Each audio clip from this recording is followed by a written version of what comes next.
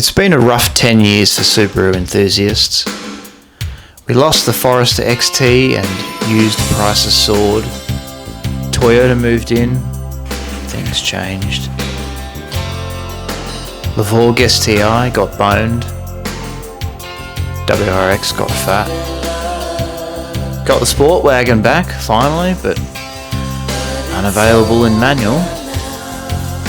STI is basically a sticker pack now. No tweaks. I gave up on the Tribeca SUV. Haven't had a big family 7-seater in 12 years. Kilowatts got traded for screens. Eyesight was good, but overreaches now. All for the driver became doing it for the driver. The diesels weren't much chopped, but not nearly as pointless as the hybrid Forester, the first one.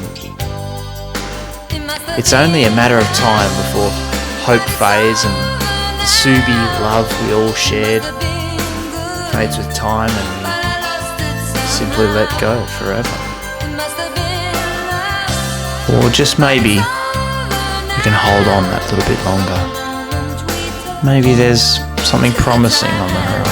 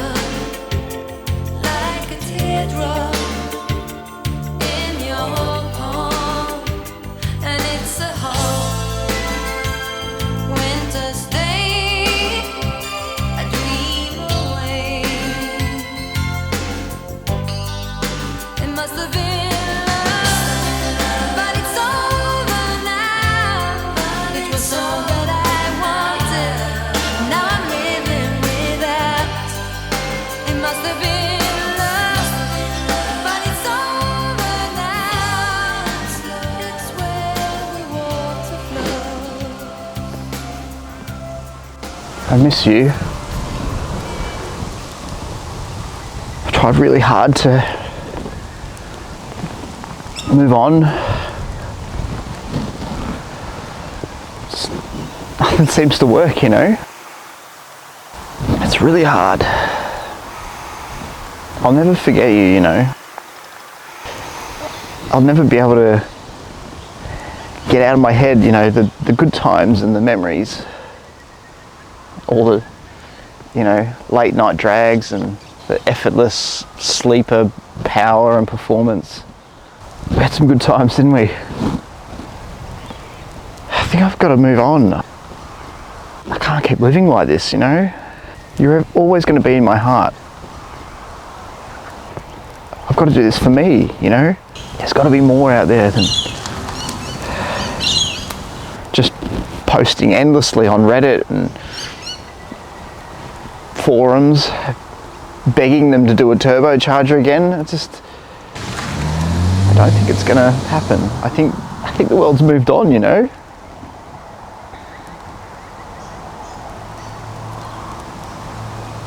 I won't forget you.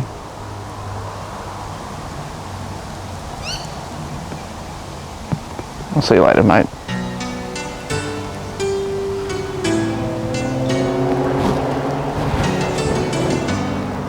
No way.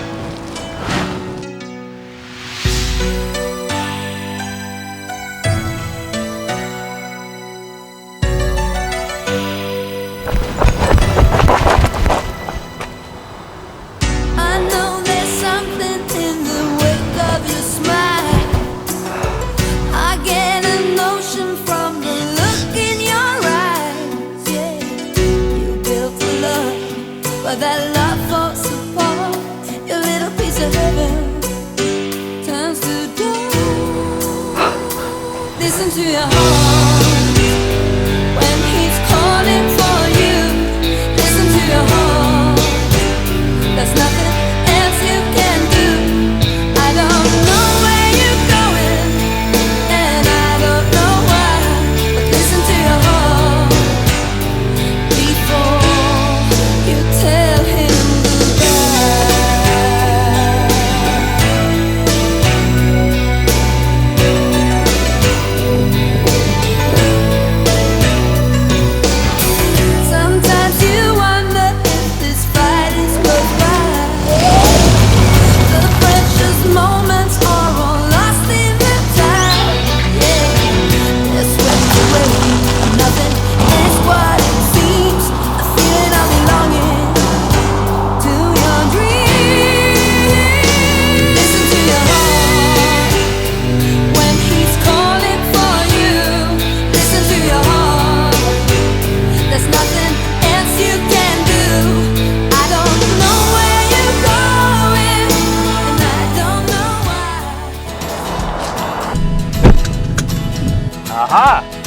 Let's go. Okay, things to do. Don't twist the belt. Insert child.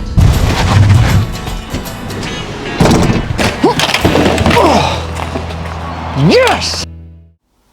In a February 2025 press release, the big boss at Subaru Australia said the new Forester Hybrid is built to take you from city streets to untamed trails with ease. Now, car makers love slapping trail-rated type stickers and badges on their sports utility vehicles, giving it some undercooked, part-time reactive all-wheel drive system and calling it an adventure machine. It happens all the time. But from what I can see, living in suburban Melbourne and regularly visiting parks and going to the snow once a year and a rare bit of camping, there's barely ever a family SUV trying to tame the wilderness, as I see it. Most of the families I come across just want 5 or 7 seats and all 4 wheels to stay on the deck at all times. And more to the point, we're not seeking untamed trails, we just want to safely navigate the tamed ones that already exist in all conditions. That's why I'm glad a proper Subaru Forester Hybrid has finally arrived and exists now. See, most medium SUVs you can buy today, they're either front-wheel drive only or they're, quote, on-demand all-wheel drive, meaning they run in front-wheel drive pretty much always, except for when they detect hard throttle applications or wheel spin.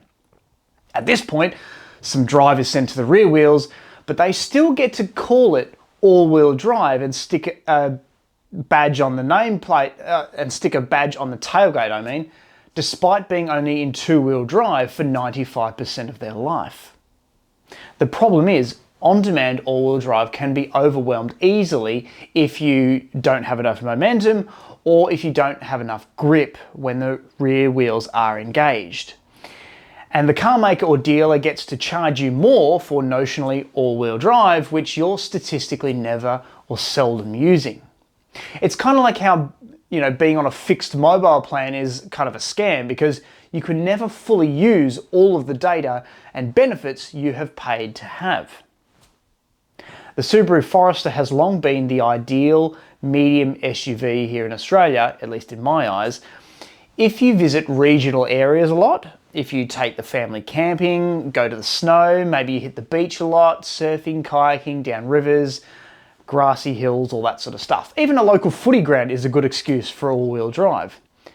But more than that, the sketchy weather we have here in Australia, known for its extremes, is what catches out a lot of people in their notionally all-wheel drive SUVs. Case in point.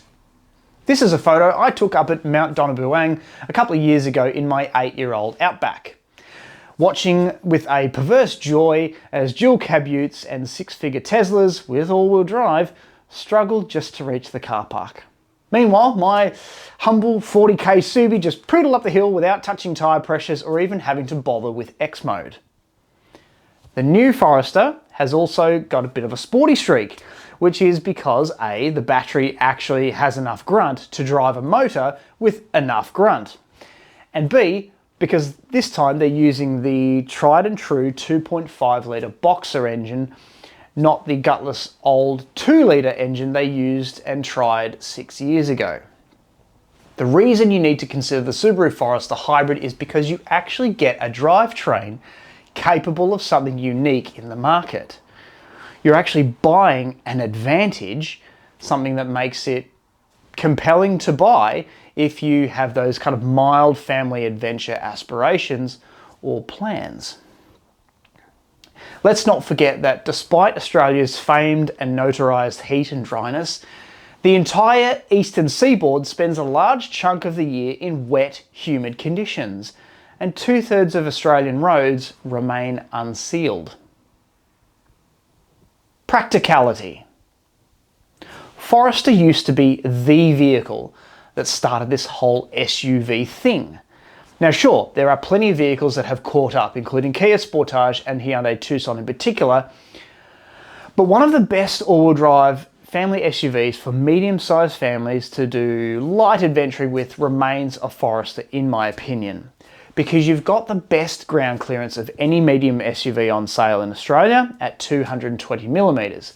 Plus, you've got a 1200 kilo braked towing capacity with the hybrid, with a 120 kilogram tow ball download limit, which is even more information than you get from some car makers about their hybrids, which should tell you something.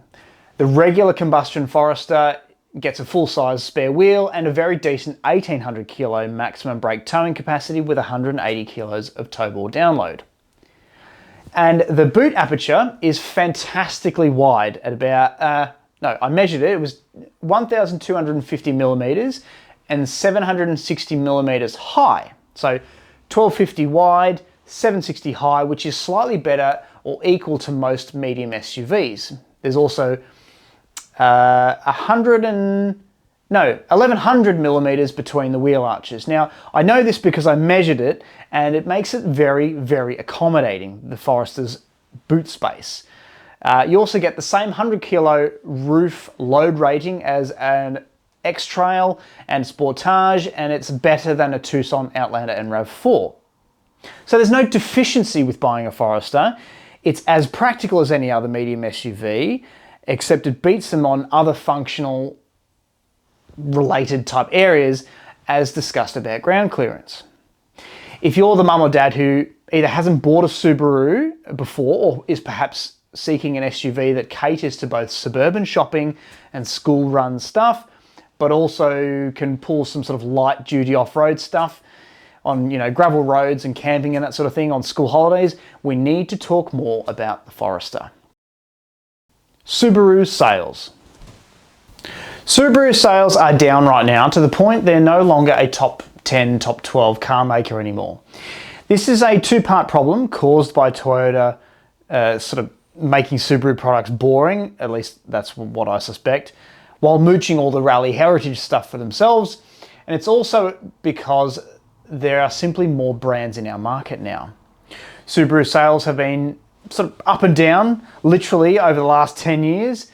They peaked at 52,000 in 2017, 50,000 in 2018, back when I bought my Outback, and they dropped to 39,000 in 2022 when COVID-borne supply issues strangled their ability to deliver stock. They bounced back in 23 with 46,000 sales, and since then only managed 39,000 sales last year. This should tell you that despite the literal ups and downs, the brand is still very much here and on solid commercial ground, delivering some exciting new models like a proper Forester Hybrid with more aggressive wilderness Outback, an all-electric Outback called the Trail Seeker as well, and I guess that's kind of it for now. In a market that's becoming excited by plug-in hybrids, I am a bit concerned this Forester Hybrid might be a little late to the party.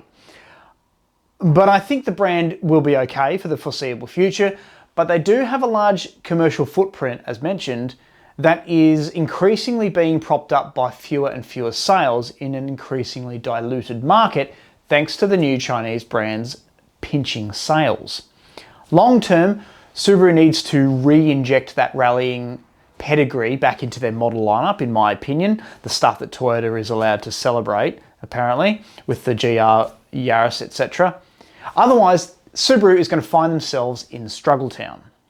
So in the face of this future, you would imagine Subaru is sharpening its products like some metaphorical carving knife ready to slice up these rookie brands, stuff like new engines. Nope, it's still the same 2.5 litre boxer engine mounted low in the chassis for a lower centre of gravity compared to other models, other competitors that is, and that makes it a very nice handling medium SUV. It's also the engine that we know is reliable, which means parts are available, servicing them is not difficult for your local mechanic, and you're unlikely to have any major component failure, including the continuously variable transmission. More on that in a sec. Maybe you're expecting some bold tan Napa leather and an Alcantara and interior, get it right? Well, no, you get the same robust, hard-wearing, easy to clean, simple to use, easy to clean, ergonomic, easy to clean, and generous cabin materials that are also easy to clean. Sure, there's leather and, you know, plenty of durable plastics, and they're very comfortable seats as well, even on long journeys. And I do tend to do longer journeys on the vehicles that I borrow, like the Forester Hybrid.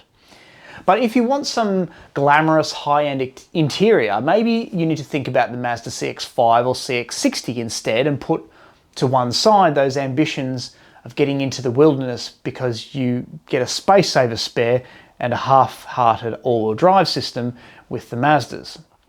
A Forester's interior is about function first, affordability second, and gets a thumbs up from me for those reasons. The engine. So here's the Forester's party trick, right? You see all these big dual cab utes and 4x4 wagons that go on camping holidays on sealed roads, filling up national parks and caravan parks, ruining the view and clogging up the campgrounds and the roads generally. But you don't need to subscribe to that arms race. You don't have to pay for all that gear just to do the basics of camping and touring. And if you find the odd dusty track, sometimes you can even adventure out and see where it goes with a Forester because of its drivetrain. That's about as far as most people ever actually go, unless you're in that hardcore 4x4 crowd.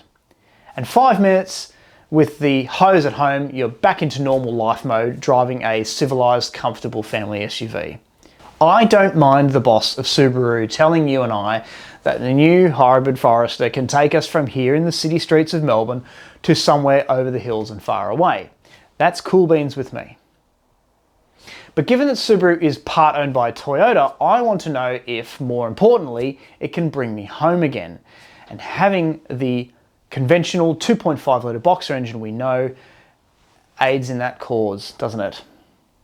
See, the universe dictates that if I have one thing, one component, one object, then only one thing can possibly fail. If I introduce a second component or object, I increase the likelihood for either component to potentially fail. This isn't an opinion, it's a mathematical fact. It's where the expression complexity reduces reliability comes from. The more Forester components I have doing work, the more potential failure modes I have, notionally. It's a universal maxim. You can read about this by systems engineering theorist John Gall in a book called Systemantics. He said, a complex system that works is invariably found to have evolved from a simple system that worked. So the reason the Forester Hybrid works so well as both a hybrid and an adventurous family SUV is because it uses a powertrain we already know very well, with all the R&D accounted for, all the cost accounted for, and which has been improved with every iteration that has come before. You might say it's the best version of itself. Yes, it's more complex by adding a 1.1 kilowatt hour battery and a 90 kilowatt electric motor. But these systems add to the already established engine it's being added to. You now have a 145 kilowatt properly all-wheel drive 5-seat medium SUV that offers immediate silent takeoff thanks to the electrical side. And you get additional grunt going to all four wheels for smooth linear power delivery from the detuned box 4-cylinder, which sits flat and low in the engine bay for ideal handling characteristics. When you add a traction battery and an AC electric motor to a Forester, or a Mitsubishi Outlander, or a Hyundai Tucson, Kia Sportage, Toyota RAV4, it needs to be damn well doing something to move the vehicle along, not just literally, but also figuratively. It cannot just be there for the sake of appeasing politicians, it has to improve the vehicle. Otherwise, it's just another additional potential failure that you're not deriving some benefit from. This was the problem with the old Forester Hybrid. That's why I hated it so much. This is a hybrid, the new one. It's a system that actually has moved the Forester along, not just physically, but also symbolically. A regular combustion-only Forester will happily take me from the city to the dusty trails, fine, but it doesn't offer the refinement of the hybrid. That's its biggest benefit. Oh, and don't just listen to the negative nannies out there who will shit-can Subaru's CVT. Sure, it has compromises and idiosyncrasies. And I agree with John Cadogan that it drones on a little bit, but they have addressed that in a recent iteration, in recent years. It keeps getting better. I also think it sounds kind of like a snarling animal, something kind of primal. And besides, the CVT is actually pretty good. It offers decent performance thanks to offering optimum power by design. It's very smooth, and if you keep it serviced, it'll last a long time.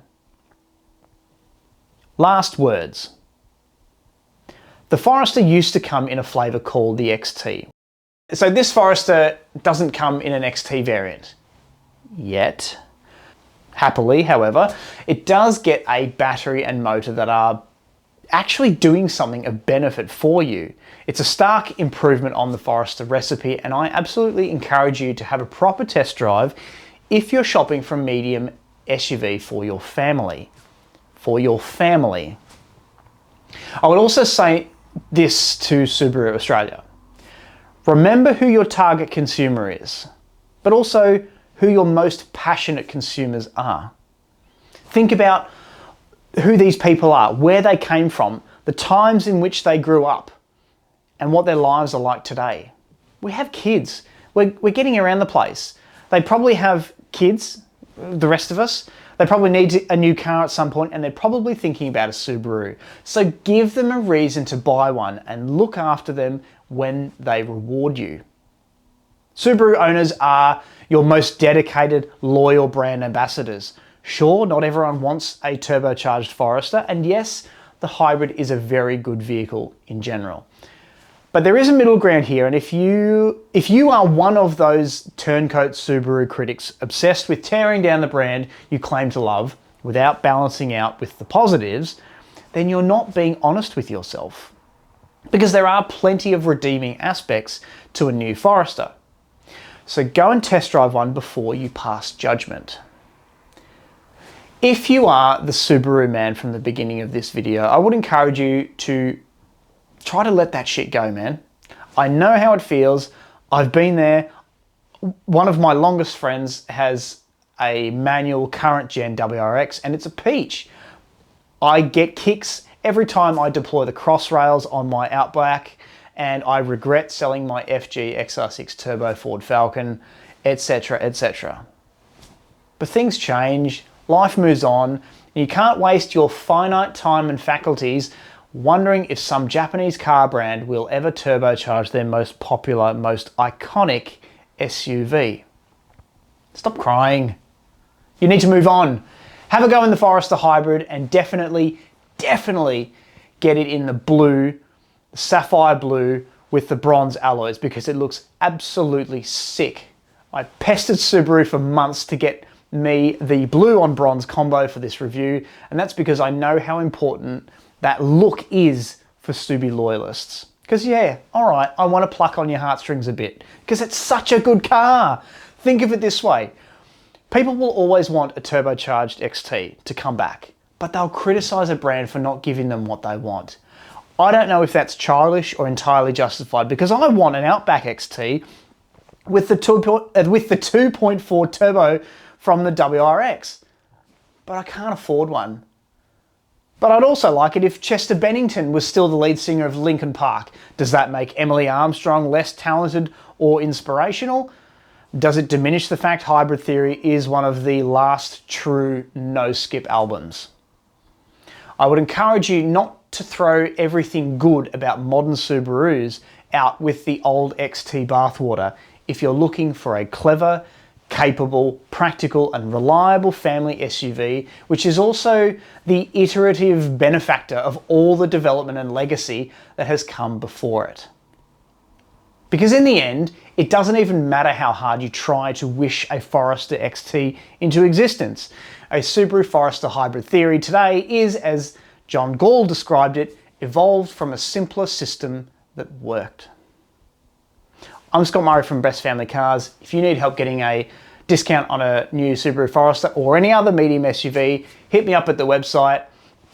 And I know a guy named John Cadogan at Auto Expert who'll help you out with a good price. And I'll see you next time. Before